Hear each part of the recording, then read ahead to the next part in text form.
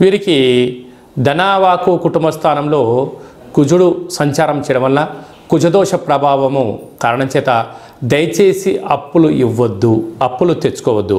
అక్కడే దేవగురు బృహస్పతి సంచారం చేయడం వలన రుణ సమస్యలు, రోగ సమస్యలు మీ మీద పడకుండా చూసుకునే మానవ ప్రయత్నం చేయగలగాలి.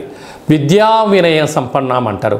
విద్య ద్వారా వినయం, వినయం ద్వారా ఉద్యోగం, ఉద్యోగం ద్వారా ధనం, తెచ్చినటువంటి ధనాన్ని ఎలా సద్వినియోగపరచుకోగలగాలి, దుర్వినియోగం ఎలా ఆపగలగాలో దేవగురు బృహస్పతి యొక్క సలహాలు సూచనలు ఉంటాయి. కనుక మీ మనస్సు మాట మీరు వినండి, ధర్మబద్ధంగా ఉండండి.